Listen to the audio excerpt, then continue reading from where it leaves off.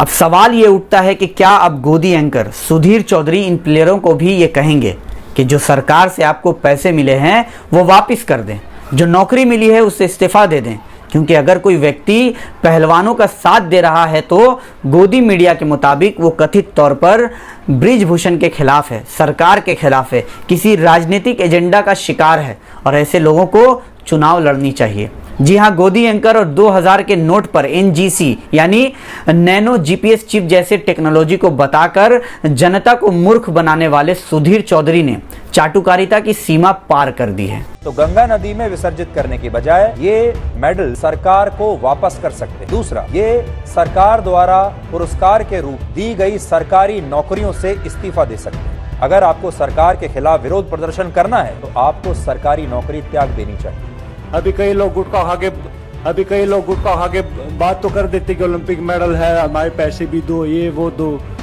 तो भैया पहले भी हमने बात कही थी इस बात में कि भैया अगर सरकार चाहेगी तो हम कहते हैं कि वो पैसे भी दे देंगे उनको, अगर ज्यादा इनको दिक्कत है इस चीज से। लेकिन ऐसा बन के दिखाओ, आप ऐसा मेडल लेके दिखाओ, उसके बाद आप बात कीजिएगा। क्या पहलवानों की शिकायत सुनी जाएगी? क्या उनका हल निकाला जाएगा? कौन से क्रिकेटर पहलवानों के समर्थन में उतर आए हैं? क्यों इंडियन बॉक्सर विजेंद्र सिंह ने गोदी एंकर सुधीर चौधरी को चपेटे में लिया? और कैसे एक चैंपियन ने दूसरे चैंपियन का दर्द को समझा? इन सारे मुद्दों पर इस वीडियो में हम चर्चा करेंगे। जय हिंद दोस्तों, मैं शहनवाज आलम और आप देख रहे हैं खबरी लाल। भाजपा संसद और wrestling federation of India WFI के चीफ बृजभूषण शरण सिंह की गिरफ्तारी की मांग को लेकर आंदोलन कर रहे पहलवानों के समर्थन में कपिल देव की अगुवाई वाली 1983 वर्ल्ड कप विजेता भारतीय टीम आ गई है।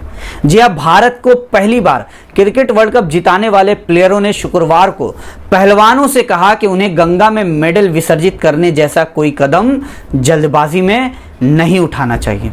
साथ ही उन्होंने कहा कि जिस तरह से पहलवानों के साथ व्यवहार हुआ है वो उसकी कड़ी निंदा करते हैं। उन्होंने उम्मीद जताई कि पहलवानों की जो शिकायतें हैं उसका हल जल्द से जल्द निकाला जाएगा। वहीं एक सवाल मैं करना चाहता हूं कि क्या बेटी बचाओ और बेटी पढ़ाओ का नारा देने वाले प्रधानमंत्री ये ट्वीट करने की हिम्मत रखते हैं कि उनके लिए बेटी बचाओ से बड़ा कुछ भी नहीं है? क्योंकि बेटी बचाओ और बेटी पढ़ाओ बस टेम्पो पे लिख देने से बेटी बचाओ का काम पूरा नहीं हो जाता।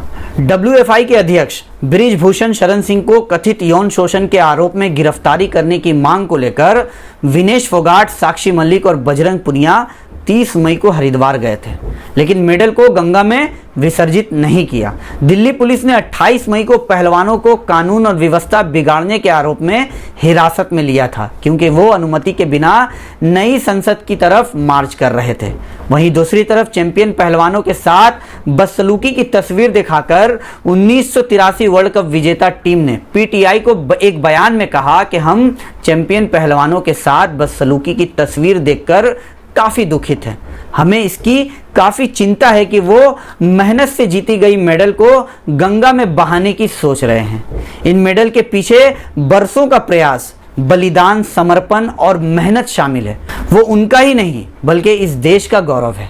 हम उनसे अनुरोध करते हैं कि इस मामले में आनन फानन में फैसला नहीं लें और हम उम्मीद करते हैं कि उनकी शिकायतें सुनी जाएगी और उनका हल निकाला जाएगा। कानून को अपना काम करने दीजिए। कपिल देव की कप्तानी में वर्ल्ड कप 1983 जीतने वाली टीम में शामिल सुनील गावस्कर, मोहिंद्र अमरनाथ, के श्रीकांत, सैयद किरमानी, यशपाल शर्मा, मदन लाल, बलविंदर सिंह, संदीप पाटिल, कीर्ति आजाद, रोजर बीनी और रवि शास्त्री भी थे।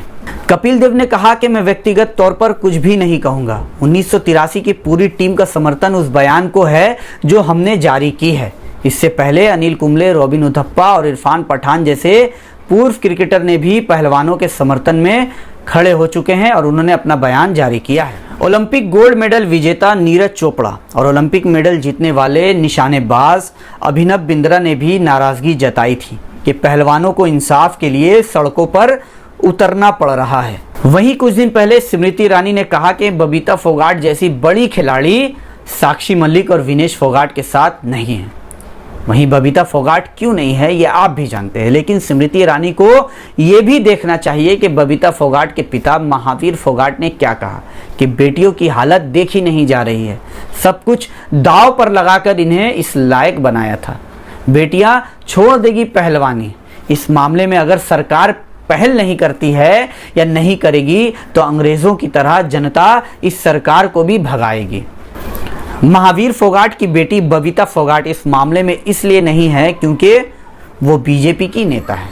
बबीता फोगाट स्मृति ईरानी के तुलसी से राजनीति तक के सफर का जिक्र करती है, लेकिन साक्षी मलिक और विनेश फोगाट का अखाड़े से जंतर मंतर तक का सफर उन्हें दिखाई नहीं देता। अब सवाल ये उठता है कि क्या अब गोदी एंकर सुधीर चौधरी इन प्लेयरों को भी ये कहेंगे कि जो सरकार से आपको पैसे मिले हैं वो वापस कर दें, जो नौकरी मिली है उससे इस्तीफा दे दें, क्योंकि अगर कोई व्यक्ति पहलवानों का साथ दे रहा है तो गोदी मीडिया के मुताबिक वो कथित तौर पर बृजभूषण के खिलाफ है, सरकार के खिलाफ है, किसी राजनीतिक एजेंडा का शिकार है और ऐसे लोगों को चुनाव लड़नी चाहिए।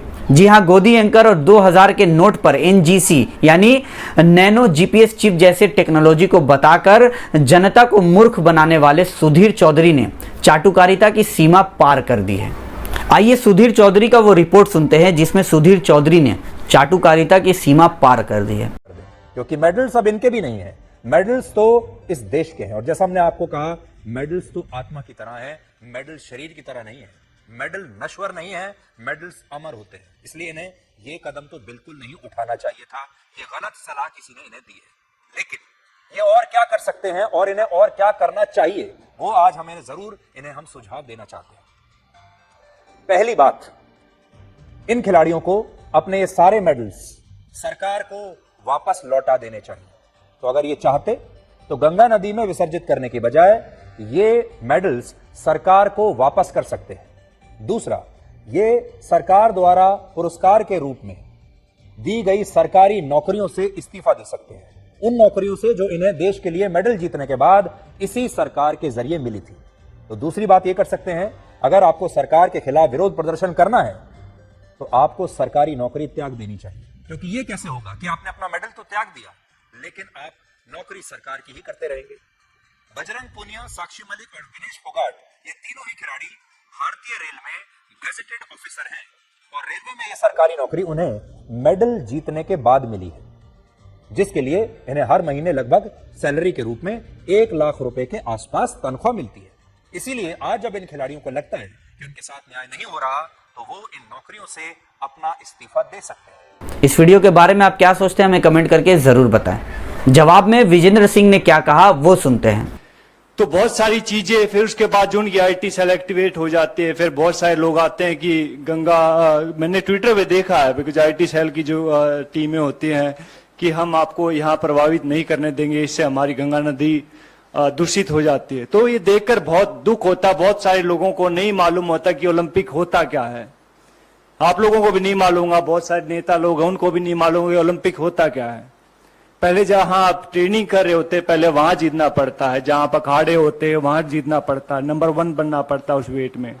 फिर जाके आपको डिस्ट्रिक्ट में ट्रायल होती है, लाइक भैया मैं भिवानी का रिप्रेजेंट करता हूं तो मैं यहाँ पे ट्रायल दूंगा, वहां 4-5 अकेडमी और होती है वहां जीतना पड़ता है।